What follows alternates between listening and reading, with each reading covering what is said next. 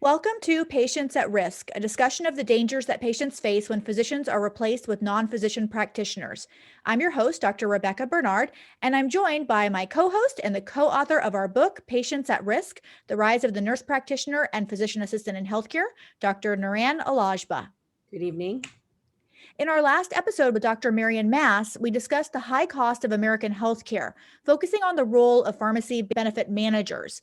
In today's episode, Dr. Mass is going to shed light on another hidden aspect of healthcare costs, group purchasing organizations. Dr. Mass, welcome back.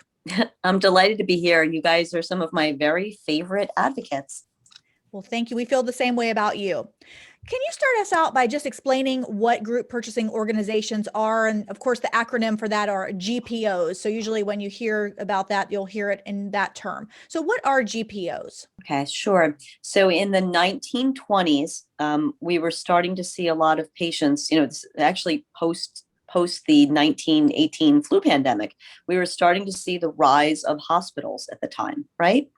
And so smaller hospitals couldn't get a fair shake on having to purchase a lot of the things that they had to purchase. And so there were purchasing organizations that formed. Think about it like a Costco for hospitals. And then, time went on. And if you think about medicine and the changes that happened in the 50s, 60s, 70s, 80s, and a lot of changes, and we had a lot of, great moves forward, cardiothoracic surgery, people invented the cabbage at some point, so that we had need for lots of things inside of a hospital, IV tubing. My gosh, if you talk to like really old timey pediatricians, they'll tell you that they used to give IV fluid sub-Q underneath the skin until we invented IV fluids, so IV tubing, oxygen tubing, pacemakers, the things that we needed to help patients, put in new valves, valve replacements. All of these things are things that are purchased, by a hospital. They're part of your supplies. And so initially group purchasing organizations were formed just to be kind of like a Costco for smaller hospitals that, didn't have enough buying power. And, that was their original intention. And, you would think that if they worked that way, everything would be going great.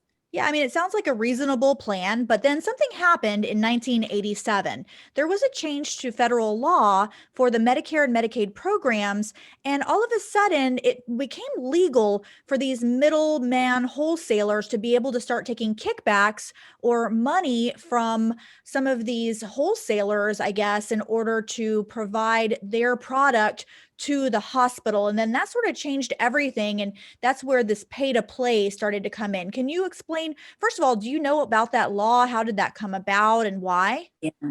I don't know how it came about. I mean, if I made my guesses and knowing what I know about DC and policy, I would guess that, hospitals came along and they said, hey, look, we've been paying our membership to these GPOs, just like you and I pay a Costco membership. Initially, like my guess would be that hospitals probably said, we can't keep paying this membership. We're hospitals and we have too many other bills to pay.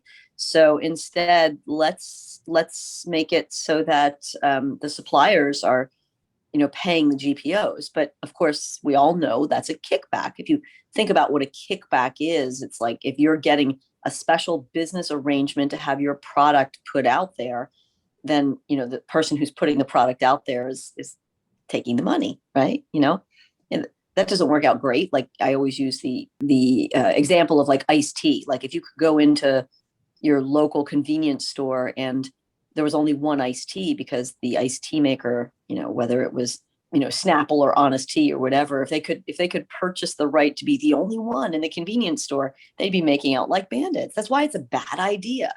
But in 87, stuffed within the Medicare Medicaid Patient Protection Act, like as a little statute that no one was really noticing, they allowed these group purchasing organizations to have the right to receive legalized kickbacks. And I guess the first thing I'll say is that I think it's always a bad idea when you're stuffing something into another piece of legislation. We always say how the sausage is made in DC.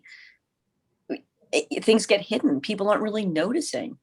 It's always a bad idea. And I don't think that any of us, most of us, did not we weren't aware of this issue. And I think what really brought it to light for many of us was the COVID-19 pandemic and the shortage of PPE, or personal protective equipment, because it turned out that a lot of the reason for the shortages in many hospitals, where doctors and nurses were being forced to reuse N95 masks, or they were told they couldn't bring their own from home, was because the hospital was only able to get that equipment from their GPO, and they were under a contract not to be able to get it elsewhere. Is that right, Marion? Sure. And, the contracts don't see the light of day. So we're sort of taking some guesses out there. But there was a wonderful article, and I was honored to be quoted in it. It was in Vanity Fair. It was written by a reporter named Diane Falzone, and I think she's a really brave reporter. Right? Let's tag her all over this when we put this out there. But what she had dug up was that there was a hospital in California, and their GPO contract said they could only use a mask from supplier X. And so that even when they got donations, they weren't allowed to take those donations. And the same hospital, this is shocking, the same hospital was asking its employees to sign waivers saying, in the middle of the pandemic, if you get sick by COVID, you will not hold our hospital responsible. Well, someone in that hospital, someone in that C-suite, these suits that we talk about, right? They were making the decision that we're not going to allow anything but, mask maker X to supply masks. So you're taking every nurse, every respiratory therapist, every physician, every person who's like seeing a patient and potentially taking the COVID cough in the face, and you're preventing them from getting masks. That's disgusting. Well, and before, people say, well, maybe that hospital thought those masks were the best on the market and they only wanted the best for their employees. I would like to add that most of us during this time, community members were dropping off dentists, retired dentists were going and getting stuff for us. And people were even bringing in like the masks used when you're like painting your house. And so a lot of these, whether it was a KN95, an N95, whatever it was, it really didn't matter at that point. We would have taken honestly anything. And I think it was pretty much whatever was dropped off by community members or donated was just, maybe not 100% as safe if you're intubating a patient, but literally for those of us just on the front line in primary care and urgent cares, any kind of mask or barrier would have been helpful. And it's so much easier. What we did is people dropped off so much to me personally or in the clinic, and we were able to get a system going where we distributed it to other independent physicians in my community. So we made sure people had gloves and extra, because everything, gowns, gloves, masks, face shields. And, so many engineers on those printers, those 3D printers were printing out shields. And then you could just say, I need 10 shields. They drop them off. So I want to be clear, it is disgusting. It's super disgusting because it wasn't that the hospital was sort of saying, well, we love this supplier and we trust this supplier, and that's why. It was simply a pay to play or a kickback scenario where this was money exchanging hands, money being more important than people. It really is unconscionable. And I want to just talk about Marion's article that she wrote, because she wrote a lot about this for Practicing Physicians of America on the website. And we're going to get into that in just a few minutes. But one of the things that she posted that was so interesting and just incredible was a story that I had read it was about a year ago, where doctors were concerned about not having the proper equipment. So they were emailing and complaining about it. And there was a hospital administrator, Laura Forey, and she actually used to be a practicing physician. She was an orthopedic surgeon who became the executive vice president and CEO for New York Presbyterian. And so she actually complained about these doctors and nurses and said that it was dispiriting, quote unquote, to have to hear this protest. And I really appreciated you bringing that to light, Marion, because this is the kind of attitude that we experience. Either you're threatened that you're going to be fired, or you're told, you are not being a team player. You're causing the CEOs to feel dispirited. How could you? It's really astounding, I remember reading that and thinking to myself, you poor dear, there you are in the comfort of your C-suite. Say I in the comfort of my duck bathrobe right now, but still, she was saying this at work. And I think to myself, if you're a leader, the kind of leader that we all want is someone who's there on the ground and who knows what we're dealing with. And it was even worse for me because I think that there's, goodness, like a sort of a special sort of hell if you've already been a scrub and then you pick up the suit and you put on the suit and you're kind of bashing on the scrubs. And I'm not just talking about this physician who bashed on just other physicians, but every nurse that might have been complaining, every respiratory therapist that might have been complaining and sending the emails into her C-suite. Well, I'm really sorry, sweetie, that you're getting all these emails. It's a tough life. Everyone else was getting the COVID cough in the face. And meanwhile, you have doctors like Dr. Al-Ajba, who was just telling me, or telling all of us that she was helping to distribute protection to her community. She was doing the job that the GPOs were supposed to be doing in the first place. Well, and I want to be clear, the community gave them to me, and then I was distributing them to the other healthcare workers. But it's so important we don't just talk about doctors, right? We talk about nurses. We talk about, I talked about janitorial staff. I mean, they were really at the same level of risk. They're cleaning up these rooms of people who were sick, had COVID, may have been intubated. There's particles floating around the air. So I kept sort of, making this big list whenever I was talking about it. It's like nurses and techs and it's really interesting. You mentioned leadership, and I don't always have the greatest stories to tell, but what I find fascinating is, you're talking about someone who was a doctor, right? Was a practicing doctor, gave that up to supposedly go in and manage hospital. And I think a lot of these doctors who are switching to this kind of administrator role have initially really good intentions, and then it's just not something that they really do a good job of. And to be honest with you, probably until very recently, I was the one, I always told my staff I was taking the hit no matter what, so I had them in protective equipment, but I often would have my staff stand 10 feet away from the car when we'd go outside, right? Because I didn't want them getting sick. I'd pre-sign a prescription. I would then tell them exactly what to write. I'd look at it before they handed it to the patient. That way, if I was dirty, quote unquote, with COVID, I wasn't touching my staff. I wasn't touching anyone else. And I'd come into a different area and disrobe. And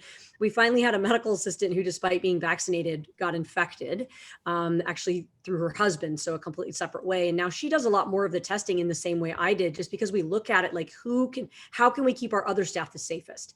And I think that is what these docs who turn administrators forget, is how do we keep the staff, and this is every staff member, safe so they can serve the public? To me, I think that anyone that goes into healthcare administration that's a physician or a clinician, they should at least continue doing that, at least a small part of their career or of their job, because I think it's very easy to lose touch with what it's like in the trenches. So I really feel like, I know they're probably very busy, but I think part of their job really should be to connect with the people on the front line, which clearly they're losing connection. I want to go back to Dr. Mass's bravery, because she writes and she speaks out and she's amazing. And so, in fact, she wrote an op-ed, and she had a response to her op-ed about GPOs from Todd Ebert, a pharmacist and the president and CEO of the Healthcare Supply Chain Association. And what's so interesting is, of course, they defend themselves. They claim that they save hospitals and the system $55 billion annually, that GPOs are voluntary, they're critical partners. Okay, they say all that. But before they say that, they have to try to slam Dr. Mass and make her out like she's a bad person. They say to her, which is what this is the MO, right, for all of these people.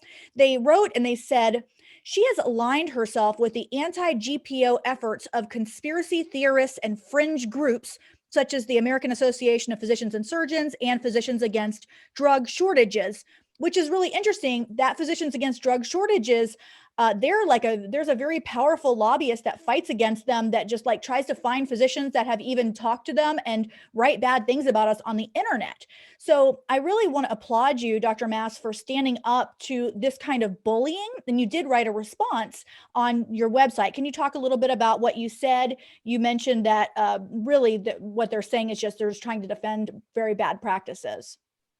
Yeah. So actually, Mr. Ebert, the Healthcare Supply Chain Association of America, it's pretty much the lobby group for the GPOs. So he gets paid to write those things. I don't get paid to write my things. And that's okay. I'm perfectly happy not getting paid. However, as the Association for a powerful lobby group, I think someone should ask themselves, like, before he opens his yap in the newspaper, like, how much is he getting paid to open his yap? And that was the third time he had called me a conspiracy theorist in the press. I had written something in the Penn Live, the Harrisburg newspaper, about GPOs and PBMs, and I had written something about in the Washington Times about it, and then this was in the board, the paper where I'm on the editorial board, and I don't get paid for that either, but to be on the editorial board. But this Todd Ebert came at me 3 times and used much of the same diction each time. So it's almost that he's just sort of like recycling. I mean, I guess he's busy tooling around DC, doing whatever it is that lobbyists do. I don't consider myself a lobbyist. I consider myself an advocate. And so as he's tooling around, he's just copying and pasting and calling me a conspiracy theorist. And I guess my answer is like, well, Mr. Ebert, how much are you getting paid to do your job? How much am I getting paid to do mine? And honestly, I'd like to thank him, because if this very, I'm guessing he's fairly moneyed. I think I looked up the salary at one point. It wasn't quite $1 million at the time when I looked it up for what he was receiving, but I had seen him speak at a conference, and he had very nice, fancy Italian looking loafers, the kind of things that, I still shop at my thrift stores. You know who I am. I don't hide it. You can find that out about me, but that's all fine. But I think to myself that I must have touched a nerve, because not only is he responding to something written in the Washington Times and the major Harrisburg newspaper, my Bucks County Courier-Times is a county newspaper. It's a wonderful newspaper. I love my editorial board. I think my editors are fantastic. I honestly think I wish that they'd be New York Times level, because they're that good. But he took the time from Washington, D.C. to write something back. I think I must have gotten to him. You definitely hit a nerve. And, it's so interesting how the first thing they like to say is conspiracy theories, because, that's just the thing. They say that about me and Naran. They said that about Eric Starkman. It's just a kind of like the quick. So I guess if anybody accuses you of conspiracy theories, then that's probably a good thing. That means you're probably getting something right and you're touching a nerve. Well, I want to get into some of your solutions, and if I'll post the link to the PPA website where you posted a 3-part blog on this. But let's talk about some of the points that you made. First of all, you said, number 1, we need to bomb the safe harbor. Talk about what that means. Sure. So the safe harbor is that statute that allows these kickbacks. I mean, honestly, America, how hard is this? Should 2 sections of our economy, 2 groups, PBMs that control the, what goes on the formularies and are pretty much having their way in like prescription drug benefits and, driving up the price. Should those PBMs and should these GPOs, group purchasing organizations, that are choosing all of the medications and solutions and all of the stuff that goes into the hospitals, the oxygen tubing, the devices that are all there, like should those 2 groups, should those 2 entities have the right to legalize kickbacks? No one should have the right to legalize kickbacks. And please don't even tell me it's not a kickback, because you don't need an exemption from the anti-kickback statute if it's not a kickback.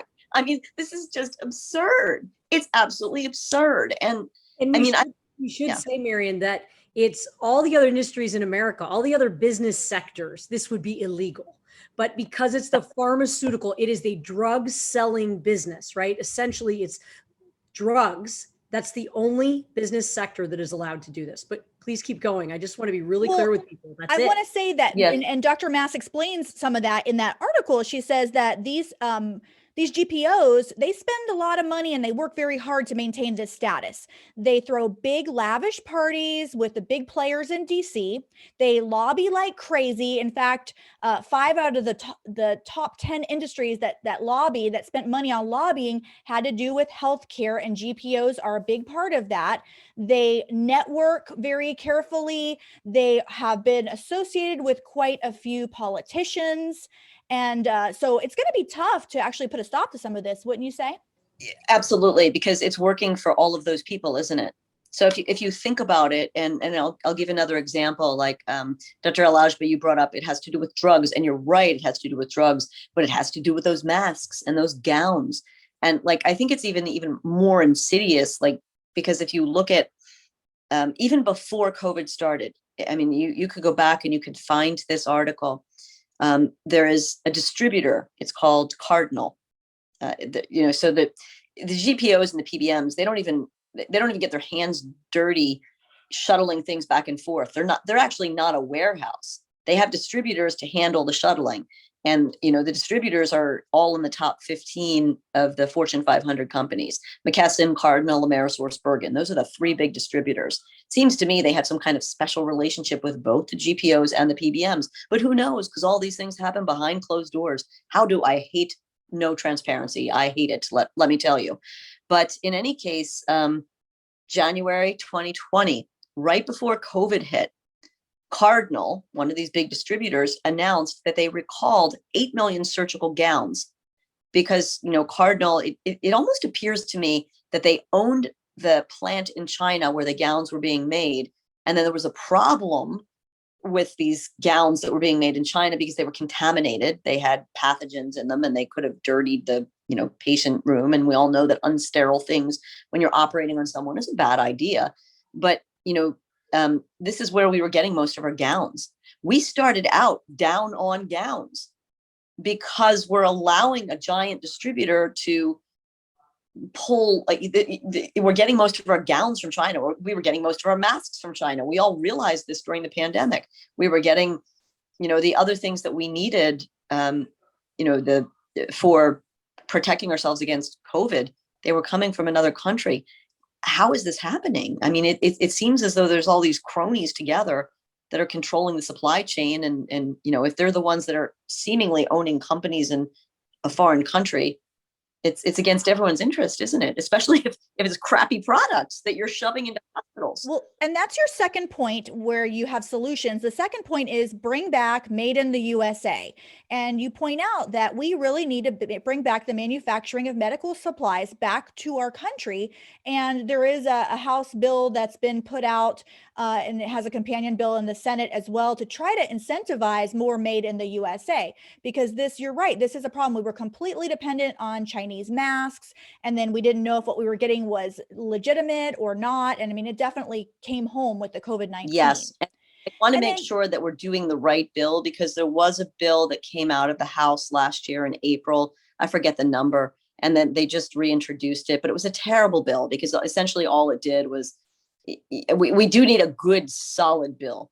But there was a bad one that was essentially just creating a bureaucracy that was going to make sure that it was all being done the right way. And, 10 congressmen were going to help us decide. But it's sort of like, listen, Congressman, you haven't been listening the whole time when we've been telling you the supply chain is broken. You're the last people that we should want to hear from on this. On that note of politics and bills and trying to solve problems, Dr. Mass, you've become a person that is getting somewhat connected in the political spheres. And it's so great because it's very hard for physicians to get into that world, to get our voices heard. And like you just pointed out, you can have bills that are somewhat well-intentioned, but actually have no teeth or do absolutely nothing, or bills that actually do something bad because they're, either bad intended or because somebody just gets in there and changes the wording and totally changes the meaning of the bill. So talk about your journey into the world of politics and maybe what other physicians can do to try to help influence health policy. Well, for anyone wanting to listen to a woman who's crazy enough to do a video podcast in a bathrobe, so let's listen, right? So I think first of all, get to know your lawmakers, state level and federal level. And I don't care what your letters are behind your name, what party you're registered with. I don't care what their letters are. I mean, I talk to politicians across the aisle, and I think we all should. I think most Americans are tired of the partisanship. So we've got to get over that. And I think if there was one rule that I would say when you're talking, you are never wrong when you're speaking for the patient. If you are speaking for the patient, you are never wrong. You're not there to speak for that politician, make that politician look good. You're there to tell that politician, this is how my patients are suffering. And in some cases, this is how our profession is suffering. And when our profession suffers, our patients suffer. So I think that's helped. I think I think I try. I don't always succeed to treat people fairly. So, they may decide that they're going to put out Bill X and maybe they got some advice from someone else, but it just because I plaster you in the press for a dumb bill, it doesn't mean that I dislike you. It's like The Godfather. it's it's not personal, Kate, it's business, right? So like, don't make it personal. If you've put out a bad bill and you've done something wrong and you're going to take a shellacking, then you'll take it. Dr. El-Ajba, didn't a few years ago, you wrote a wonderful piece. There was a direct primary care bill, I think. There was something about a tapeworm that you had written about, and it was just so well done. And you were slapping lipstick on a tapeworm. Essentially, you're right. Thank you. The Okay, government was trying to do this pilot program for direct primary care. And, direct primary care practitioners are like Dr. Bernard over here, who, have their own small business and, they take money directly from the patient and provide care to the patient. And so it was the government's way of scaling up to put these DPCers essentially out of business or control them. And what's interesting is a couple of anonymous physicians who were pulled into the political, wrangling sent me the information. And it's so interesting to me that I was told later by someone in the DPC group that my article actually almost derailed the entire thing because the CMS was so upset that someone had figured out what was going on and kind of disrupted it and released it. And then a lot of the clinicians were really up in arms about this. And I think that's what we have to do. I mean, thank you for remembering that. I mean, I think it's hard. It's hard to disrupt, as you are finding out, Dr. Mass, with the GPOs and PBMs. It's a little bit like the mafia. Yes. Yeah, and I mean, it kind of is in general, just like what you experienced. You're trying to shed light on an important situation, and then because maybe people didn't fully understand all of the issues, or because they were going to be negatively impacted, they almost like attacked you. And unfortunately, we are all sort of seeing that whenever we're trying to speak truth, and the first thing we're getting is attack. So I guess that we're going to have to just see that as a badge of honor, because we can't just stop talking about these issues because they're important. Well, and Dr. Mass's point is well taken, that patients, right? Patients first. And I keep saying this every podcast that, I've given up on politicians. I've given up on the physicians even, and the C-suiters and everybody else. And I'm going with patients. And I think if you start with patients, there you can get to good politicians and good doctors and good hospitals, but you got to start with patients and what patients need. And Dr. Mass always remembers that, which is. Yeah. And patients, we have to get them galvanized to speak out too. Speaking of, I know you've given up on politicians, but Dr. Mass has not, thank goodness, because we need somebody in there fighting for us. I want to ask you, what are your thoughts on the possibility of us regaining physician-owned hospitals again? This was banned some years ago when the Affordable Care Act was enacted. And a lot of us think that that's a terrible thing, because physicians probably should own hospitals. Any thoughts on how we could try to get that going again? Sure. So actually, I love it that you brought up a singular issue, like how we could make this better. And, so first of all, let's like frame it in why should patients care? Well, because overall, if it is a physician-owned hospital, the patients are getting better care at a better cost. They should care about that, So it's not as though physicians are saying, moo ha ha ha, here I am, I'm going to own the hospital and rake you all over the coals. It's just not happening that way. So first of all, define it in terms of the patient and why they should care. Secondly, what we all do, the three of us, we've all been speakers. We have all been writers. You guys have written a book. I haven't gotten that high, but you don't necessarily have to write a book. You can write op-eds in terms of educating, and then you can start gathering supportive voices around you. I think it's very helpful to go to patient advocacy organizations and physician advocacy organizations. So PPA is part of the Free to Care coalition. We're now 8 million citizens, 70,000 physicians. Bringing back physician-owned hospitals is something that we put in our initial position paper from 2019. I'm actually in process of helping to put together the next iteration of that paper. It's a lot of work, but it's okay. It's going to be great. A lot of great authors on it. So writing about it and then bringing it to the attention and then using coalition members to talk about it. But then past there, it has to be, I think, like a concerted effort, and we have to use everything at our disposal. So, way back when I said, I think that we all needed to be connected to our state level lawmakers and our national level lawmakers, everyone should be making that connection. I mean, we should really have a data bank of physicians across the whole country and who's connected to what lawmakers. And, so that if an article were written, those physicians could tweet it, send it to the chief of staff of those people, tag the people in their tweets, share it with their communities so that the communities were getting riled up and would understand, hey, community, this is why you need this physician-owned hospital. And then, understand as well, there's going to be people that are like, you guys are just amazing. Same thing. You wrote a book, you've written articles, you've gone out and you've spoken. Not everyone's ready to do that. That's okay. But plenty of people can share. Plenty of people could have a singular conversation with their lawmaker. It does take some time. I mean, but none of us should be afraid of this. I mean, all those lawmakers, they're supposed to be us, right? I mean, this is we the people. Our country was made as a republic.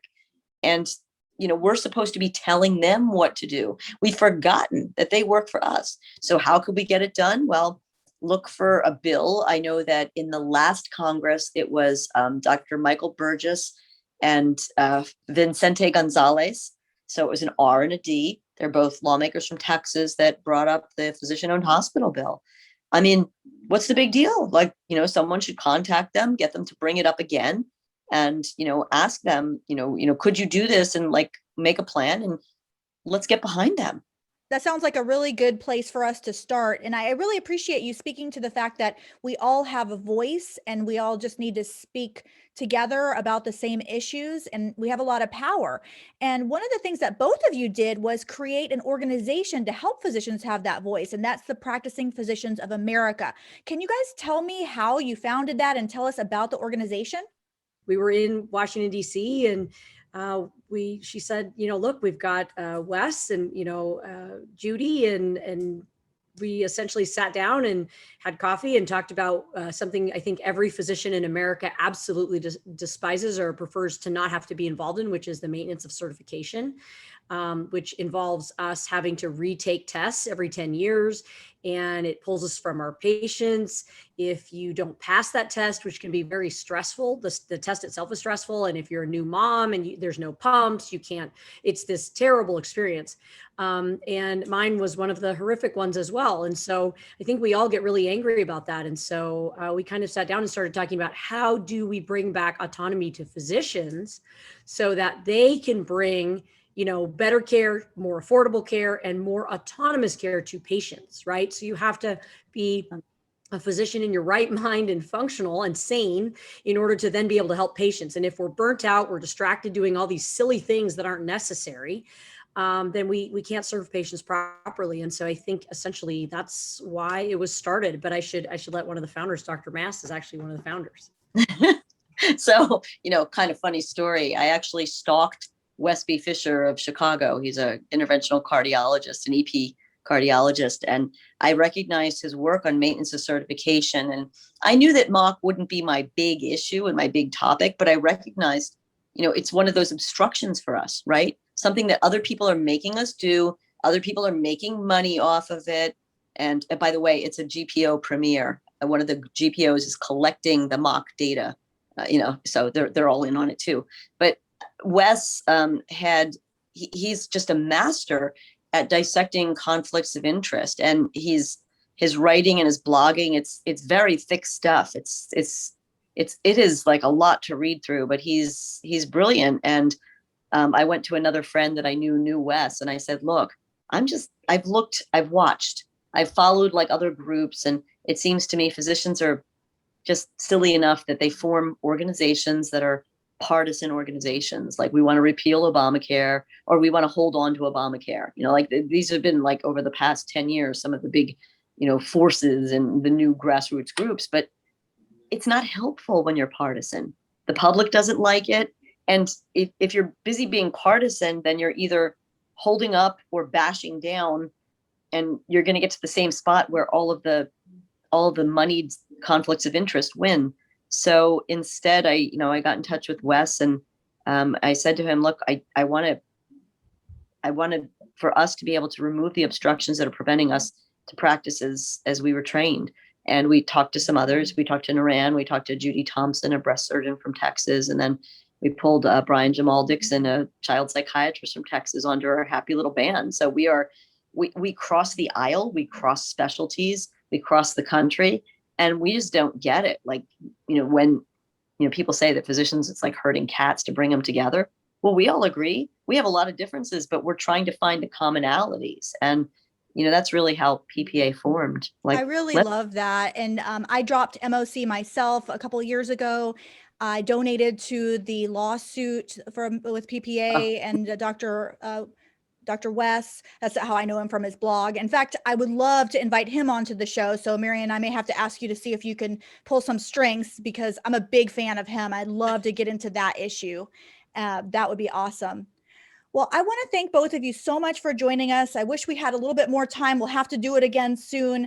If you'd like to learn more about these issues, we encourage you to get our book. It's called Patients at Risk: The Rise of the Nurse Practitioner and Physician Assistant in Healthcare. It's available at Amazon and at barnesandnoble.com. We'll give you the information for Practicing Physicians of America in the show notes. And of course, we would encourage you to join Physicians for Patient Protection. Our website is physiciansforpatientprotection.org. Thank you so much, and we'll see you on the next podcast.